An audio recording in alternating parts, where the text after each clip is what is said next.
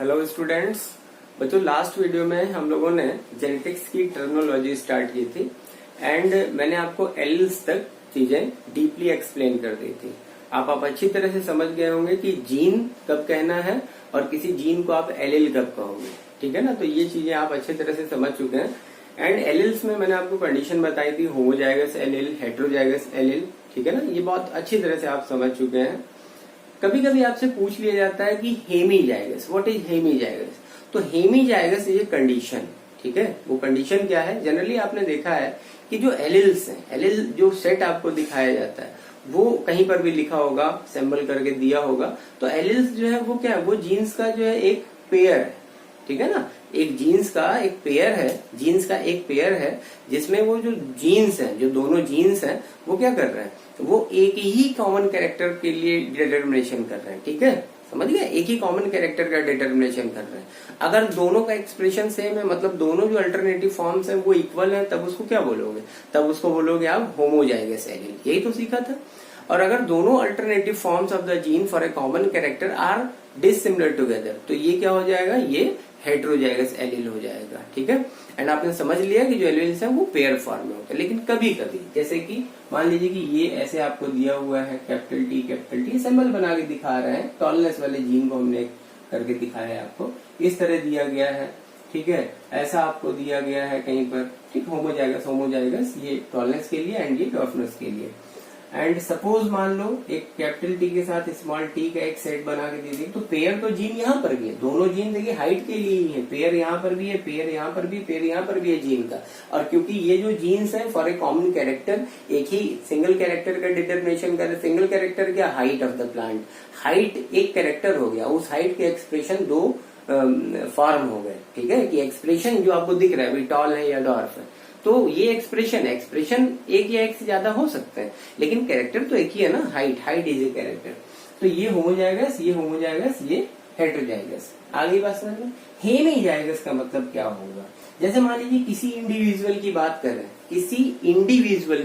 Individual मतलब organism की बात करें, प्लांट हो सकता है, एनिमल हो सकता है, कोई भी, किसी ऑर्गेनिज्म की बात करें, और उस ऑर्गेनिज्म में, बहुत ध्यान समझिएगा, उस ऑर्गेनिज्म में किसी एक कॉमन कैरेक्टर का डिटर्मिनेशन करने के लिए जो एलिल्स हैं, जो जीन्स हैं, वो पेयर्ड फॉर्म में ना होकर के किसी एक सेट, ध्यान से समझो, किसी एक एलिलिक सेट में जो जीन्स हैं वो पेयर्ड फॉर्म में ना होकर के, एलिल्स जो है वो पेयर्ड फॉर्म में ना होकर के, बल्कि क्या है, इंडिविजुअल है, कोई एक अकेला ही वहां पर जीन मौजूद है फॉर ए कैरेक्टर डिटर्मिनेशन। तो उस कंडीशन को क्या बोलेंगे, उसको बोलेंगे हेमीजाइगस कंडीशन। तो जैसे मान लीजिए कि कोई प्लांट है, अब जैसे ये प्लांट है तो इसमें ये है प्रेजेंट है आपका टॉलनेस के लिए होमोजाइगस कंडीशन है, ये डॉर्फनेस के लिए होमोजाइगस कंडीशन हो गई। ठीक है, एंड ये क्या हो गया, ये हेटेरोजाइगस कंडीशन। लेकिन अगर इसी में ऐसा दे दिया कि भाई प्लांट में जो टॉलनेस का जो कैरेक्टर है उसको, या हाइट का जो कैरेक्टर है उसको रिप्रेजेंट करने के लिए जो जीन्स है वो सेट एक सेट में एक ही जीन प्रेजेंट है ना। जैसे यूं आपको दे दिया जाए कि कैपिटल टी केवल दिया है एक सेट में, तो देखो यहाँ पर जीन्स जो है वो पेयर्ड तो है नहीं, अनपेयर्ड कंडीशन दिखाई दे रही है, एक अकेला ही जीन दिखाई दे रहा है कैरेक्टर के लिए। इसी तरह यहाँ पर भी, ठीक है ना, सेम।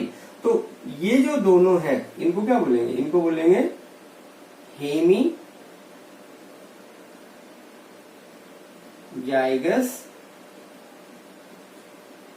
कंडीशन। और हेमीजाइगस कंडीशन किसके लिए होती है, इंडिविजुअल के लिए होती है। आगे बात समझ में, इंडिविजुअल के लिए, तो ये हेमीजाइगस, इसको क्या बोलेंगे, हेमीजाइगस। हेमी का मतलब क्या हो गया, हाफ। ठीक है, और जाइगस टर्म किससे आया, जाइगोट से आया। और जाइगोट में देखिए क्या होता है, जो भी जीन्स होते हैं भाई क्रोमोसोम पेयर्ड होते हैं, तो ऑब्वियसली सारे जीन्स भी क्या होंगे, पेयर्ड फॉर्म में होंगे ना, पेयर्ड फॉर्म में होंगे।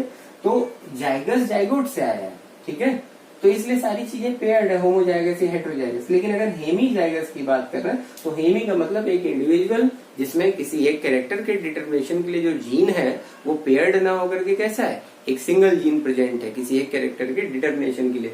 तो उस कंडीशन में इसको क्या नाम दिया जाएगा, हेमीजाइगस। तो इंडिविजुअल को क्या बोलेंगे, हेमीजाइगस। ठीक है, टर्मिनोलॉजी में ये इंपॉर्टेंट है। कभी कभी वैसे तो एनसीईआरटी में ये कहीं पर मेंशन नहीं है, लेकिन फिर भी क्योंकि आपका जो एग्जाम होता है नीट या एम्स का, जो भी आप एग्जाम दोगे, बोर्ड्स एग्जाम जो भी दोगे, तो वो सब आपका एनसीईआरटी पैटर्न ही है। 85% वेटेज होगा आपका एनसीईआरटी रखा जाता है एंड करीब करीब 85 to 90% भी कह सकते हो एंड करीब करीब 10 to 15% आपका एडिशनल रहता है। तो अगर आप कोई अच्छी टेक्स्ट बुक भी पढ़ रहे हो अलॉन्ग विद एनसीईआरटी तो ये सोने पे सुहागा हो जाएगा। आप कभी भी कोई क्वेश्चन गलत नहीं करेंगे, कोई असर्शन होगा उसका रीजन आप तुरंत समझ जाएंगे कि हाँ अगर असर्शन ऐसा दिया है तो ये रीजन है, ये करेक्ट है या इनकरेक्ट है। बहुत बहुत बहुत अच्छी तरह से आप चीजों को कनेक्ट कर पाओगे और हम चाहते हैं कि आप चीजों को कनेक्ट कर पाए।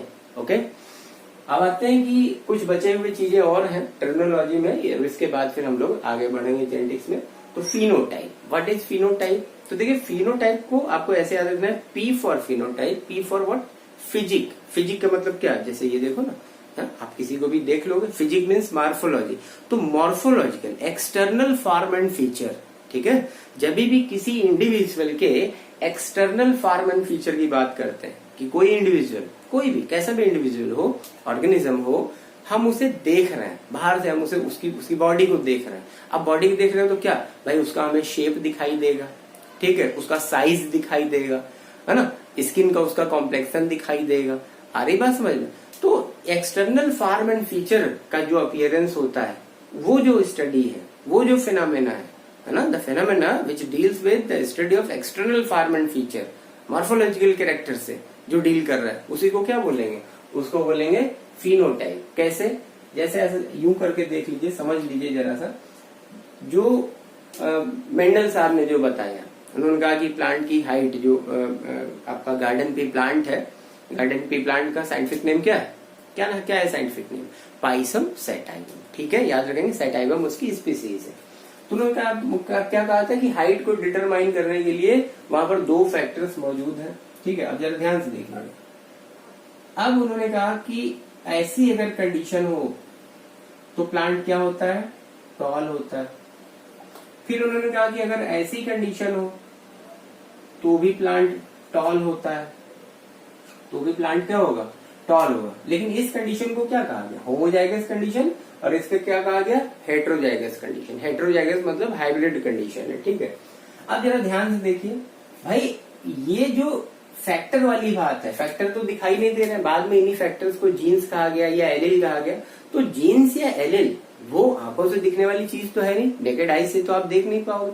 उसके लिए तो आपको मॉलिक्यूलर लेवल पर जाकर के स्टडी करनी पड़ेगी ना, मॉलिक्यूल थोड़ी आंखों से दिखाई दे रहे हैं, ठीक है, समझ में आ गई बात। जीन्स आपको आंखों से नहीं दिखाई दे रहा है, तो आंखों से आपको जो दिख रहा है वो क्या है? वो एक्सटर्नल फॉर्म एंड फीचर है। अब कैसे पता? 2 प्लांट आपके पास आमने सामने रखे हुए, एक प्लांट ये हो गया, ए प्लांट हो गया ये, ठीक है, चलो ए लिखने की जरूरत नहीं।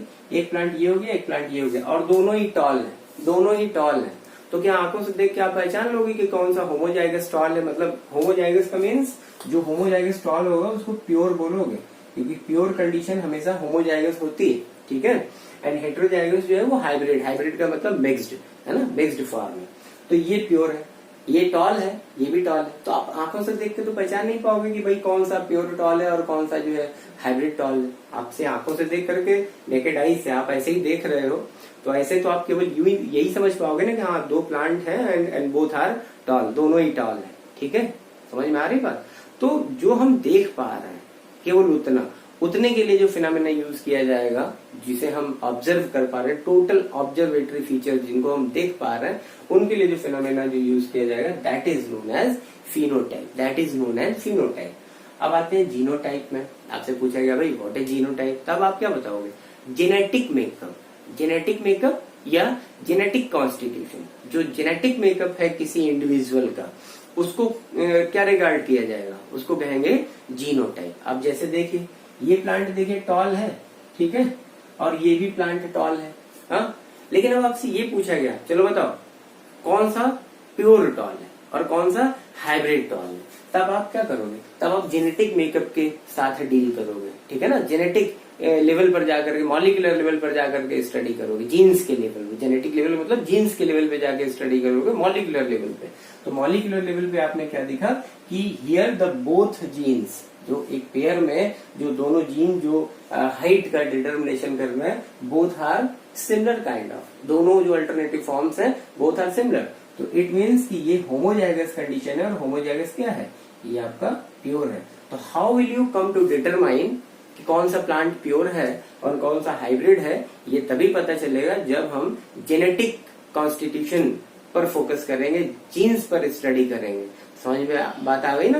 तो इसलिए ये हो गया आपका प्योर और ये क्या हो गया, ये हो गया आपका हाइब्रिड टॉल। तो जब हम जेनेटिक मेकअप की स्टडी करते हैं ऑफ एन इंडिविजुअल, तो that is known as phenotype, sorry that is known as genotype. Phenotype का मतलब फिजिकल फॉर्म्स, ठीक है, morphological forms and feature, and genotype का मतलब क्या हो गया, जेनेटिक मेकअप। जो जेनेटिक मेकअप है जब उसकी स्टडी करते हैं तो that is called genotype. Clear? अब आते हैं कि भाई प्योर लाइन क्या है, आपसे पूछा जाएगा व्हाट इज प्योर लाइन। तो जरा ध्यान से देखिए, मेंडल ने जब अपने हाइब्रिडाइजेशन एक्सपेरिमेंट की शुरुआत करी तो उन्होंने सबसे पहले क्या किया, सबसे पहले उन्होंने ये देखा, जो तरह तरह के सिलेक्शन किए थे। मेंडल ने करीब जो गार्डन पी प्लांट है, जब अपनी उस पर रिसर्च करी तो ऐसे थोड़ी कि बस गए फील्ड में और जाकर के रिसर्च करने लगे। उन्होंने सबसे पहले करीब करीब 2 ईयर, 2 साल तक तो केवल उन्होंने ये जज किया, सिलेक्शन करने में टाइम निकाल दिया 2 साल। ऑब्वियसली जो भी साइंटिफिक रिसर्च होते हैं उसमें काफी टाइम लगता है, जैसे कि अभी आप देख रहे हो दिस पैंडेमिक ऑफ कोरोना, इसके लिए काफी अभी रिसर्च चल रही है, वैक्सीन वगैरह ढूंढी जा रही है, तो टाइम टेकिंग प्रोसेस है। तो कोई भी जो रिसर्च होता है उसमें बहुत टाइम लगता है, पता ही है।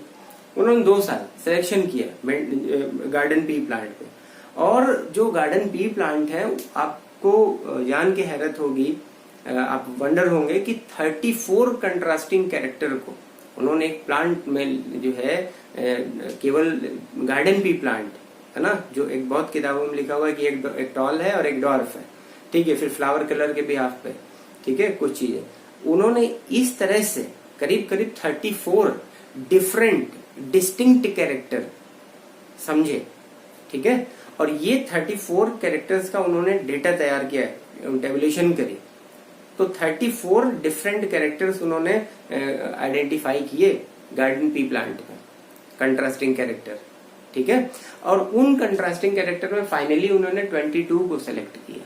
लेकिन उन 22 में भी फाइनल सिलेक्शन उन्होंने किसका किया, केवल 7 कैरेक्टर का।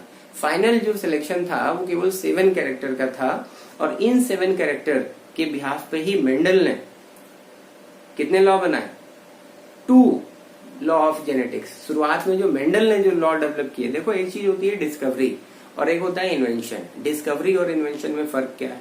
डिस्कवरी का सेंस है कि कोई चीज नेचर में पहले से ही प्रेजेंट है, बस आप उसके बारे में किसी तरह से अवेयर हो पाए, आपने उसको समझा, ढूंढा, निकाला और लोगों के सामने उसको पेश कर दिया, तो दिस इज डिस्कवरी। नेचर ने बनाया था, बस आपने उसको समझा और लोगों के सामने पेश किया, तो दिस इज डिस्कवरी।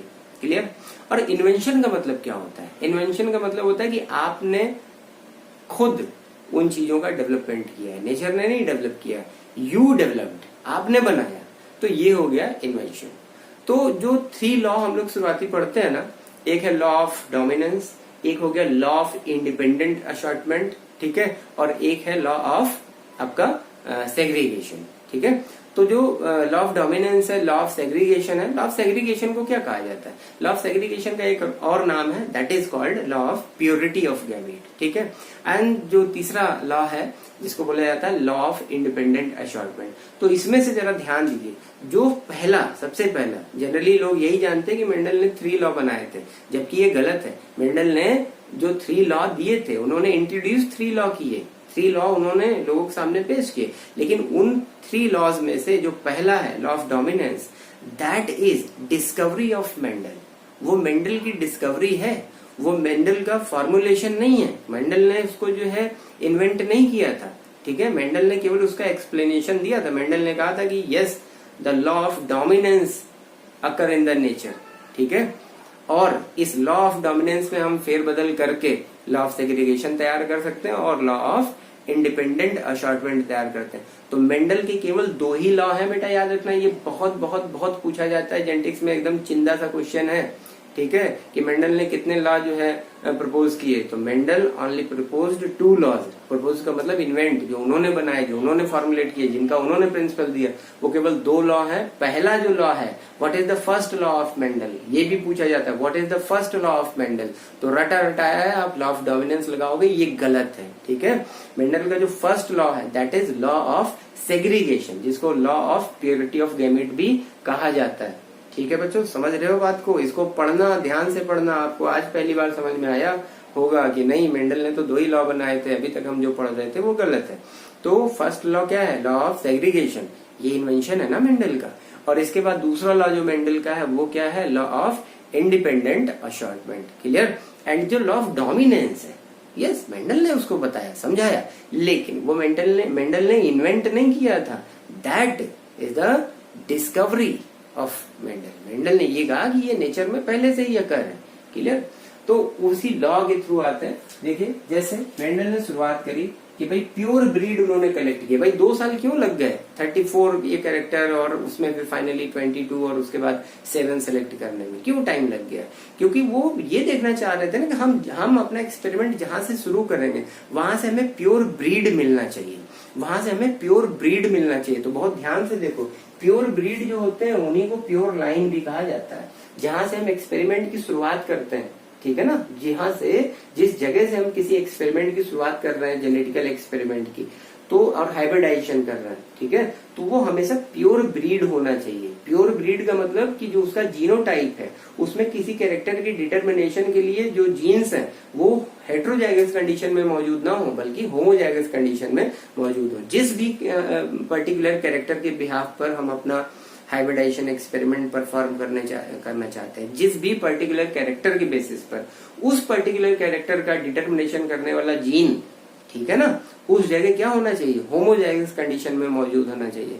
तो अगर होमोजाइगस कंडीशन में कोई जीन मौजूद है किसी इंडिविजुअल में, तो वहां पर उस जीन को रिगार्ड किया जाएगा एज प्योर लाइन, मतलब कहा जाएगा कि इस पर्टिकुलर कैरेक्टर के लिए ये जो इंडिविजुअल है प्योर ब्रीड का माना जाएगा, ठीक है।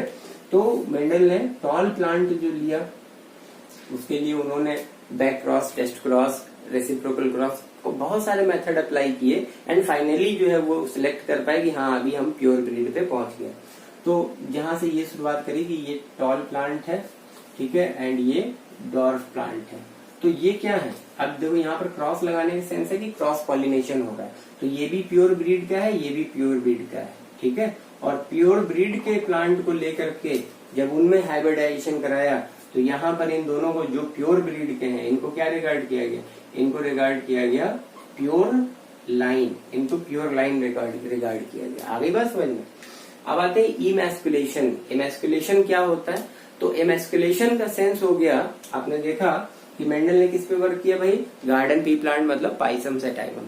एंड जो पी प्लांट है, ठीक है, उसमें जो फ्लावर होते हैं वो कैसे है, बाइसेक्सुअल फ्लावर।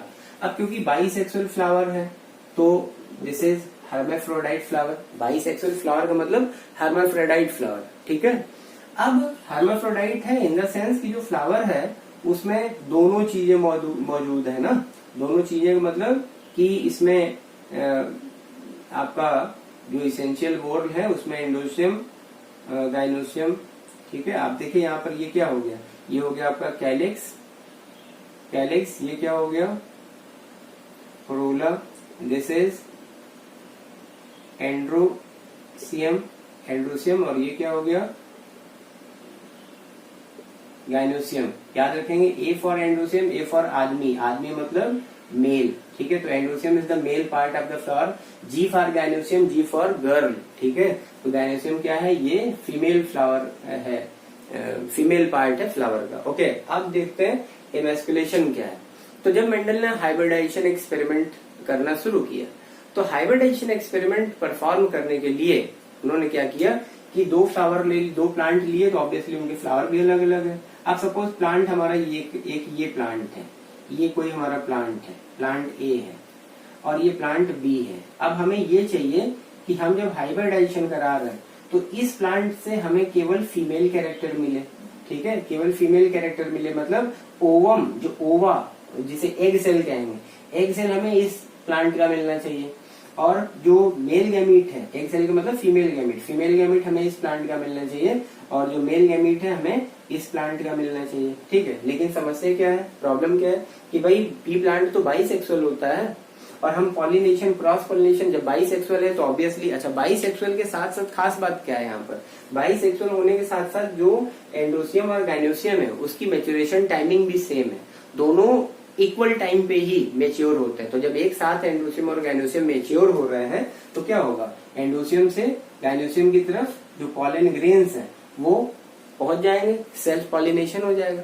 तो सेल्फ पॉलिनेशन को प्रिवेंट करने के लिए, ठीक है, याद रखना है, to prevent the self pollination, removal of the anther of a bisexual flower is known as emasculation. तो अब जो यहाँ पर उन्होंने हाइब्रिडेशन एक्सपेरिमेंट किया तो यहाँ से इस प्लांट से उन्होंने मेल गैमेट ले जाकर के यहाँ पर प्लेस करने थे, ठीक है।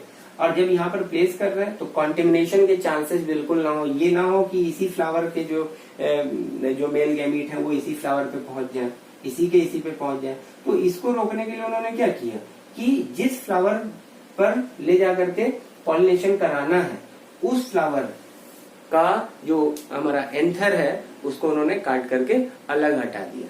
तो removal of the anther by cutting off a bisexual flower to prevent self pollination is known as emasculation. समझ बात आ गई, एमेस्कुलेशन क्या है, बहुत इंपॉर्टेंट है, ठीक है। वैसे तो कुछ भी नहीं है, बहुत इंपॉर्टेंट, हमारा एक तकिया कलाम हो गया, बहुत इंपॉर्टेंट। इसको आप सीरियसली लेकर चले। ये सारी चीजें देखने में बहुत आसान लगती हैं, लेकिन होता क्या है कि हम लोग बहुत बहुत बहुत डीपली चीजें पढ़ते चले जाते हैं। अच्छी बात है, डीपली चीजें पढ़नी चाहिए, नहीं पढ़ोगे तो कुछ सीख नहीं पाओगे। लेकिन कभी कभी क्या होता है कि बहुत सारी ऐसी चीजें जो लगता है कि अरे बहुत आसान है, हम उसको क्या करते हैं, इग्नोर कर देते हैं। और ignorance is the bad manner, बहुत अच्छी पॉलिसी नहीं है इग्नोरेंस, किसी को भी इग्नोर करना अच्छी पॉलिसी नहीं है, ठीक है। पढ़ाई में इग्नोर की बात कर रहे हैं, ठीक है। तो आपने अगर इग्नोर किया अननेसेसरी तो हो सकता है एग्जाम में वही आ जाए और आपने अच्छे तरह से पढ़ा नहीं हुआ, आपको लगेगा अरे ऐसा होगा वैसा होगा, और जरा सा कंफ्यूजन हुआ, आपका एक क्वेश्चन गया, ठीक है।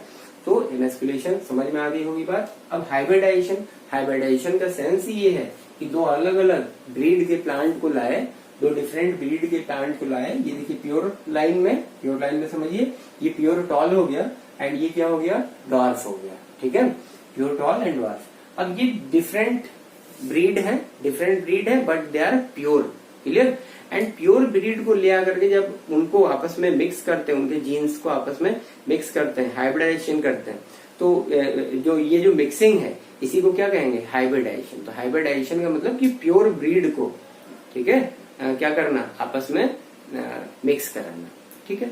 अब मिक्स कराने का सेंस क्या हुआ, तो मिक्स कराने का सेंस भाई कैसे मिक्स करा दोगे, जीन्स थोड़ी पकड़ के लाएंगे ऐसे मिक्स करा देंगे।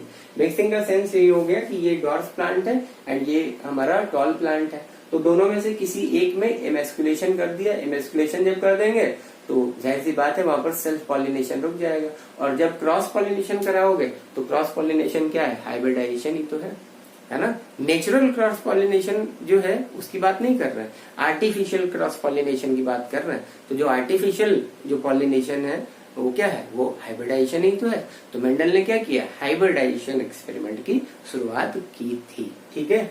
आ गई बात समझ में। अब आते हैं बेटा जीन पूल क्या है, जीन पूल क्या है। तो देखिए यूं समझिए जीन पूल को, जैसे मान लो कि ये कोई एक प्लेस है, सपोज मान लो कि ये आपका शहर है, आपका मोहल्ला है जहां पर रहते हो, या चलो छोड़ो इंडिया की बात करते हैं, हम लोग कंट्री इंडिया में रहते हैं, इंडिया। अब सपोज मान लेते हैं कि एट द टाइम इंडिया में 100 इंडिविजुअल्स हैं, 100 लोग रह रहे हैं, ठीक है, सपोज 100 इंडिविजुअल्स रह रहे हैं, और ये 100 इंडिविजुअल्स, ठीक है। अब एक इंसान में जो टोटल नंबर ऑफ जीन्स है, ठीक है, सपोज मान लो कि एक इंसान में जो टोटल नंबर ऑफ जीन्स है वो 2n है, सपोज 2n है, और 100 पॉपुलेशन है किसी एक पर्टिकुलर प्लेस की, जो टोटल पॉपुलेशन है इंडिविजुअल्स की क्या है, वो 100 है। तो 100 इंटू आपने क्या किया 2n, तो ये क्या हो गया, दिस इज 200n। आगे बात समझ में। तो एक इंडिविजुअल की ये जो जीन है ये आपका हो गया total genes in an individual, ठीक है, एक इंडिविजुअल है। और ये जो नंबर ऑफ जीन्स है ये क्या हो गया, total genes in all population, ठीक है, एक पूरी पॉपुलेशन में जो टोटल नंबर ऑफ जीन है। तो ये जो टोटल नंबर ऑफ जीन्स एक ओवरऑल पॉपुलेशन में है, किसी एक स्पीसीज की टोटल पॉपुलेशन में जो जीन्स होते हैं उन्हीं को क्या रिगार्ड किया जाता है, उनको जीन पूल कहा जाता है। तो जीन पूल का मतलब total number of jeans of A population of a species, ठीक है। इतनी बात समझ में आ गई होगी। अब आते हैं जीनोम, समझते हैं कि भाई जीनोम क्या है। तो व्हाट इज जीनोम।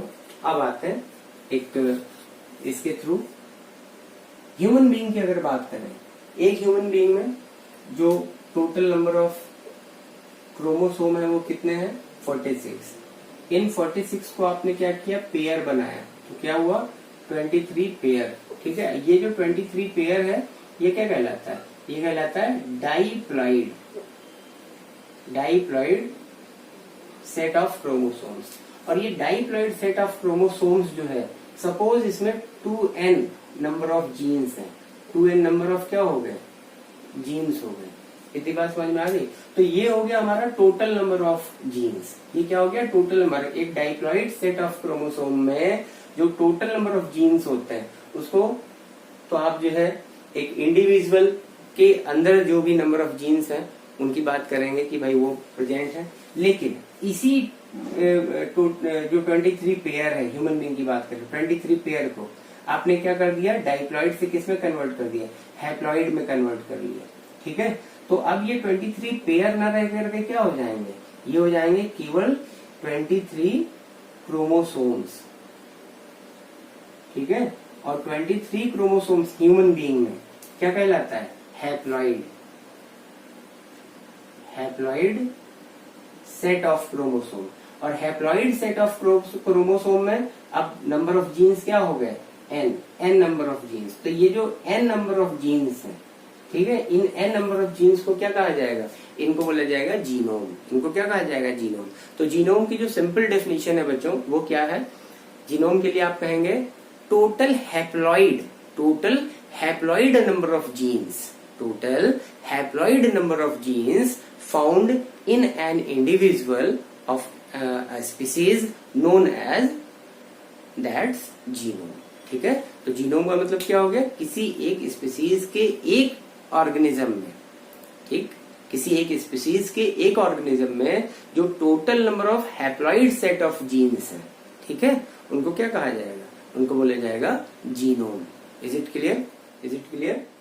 तो आज हम लोगों ने जेनेटिक टर्मिनोलॉजी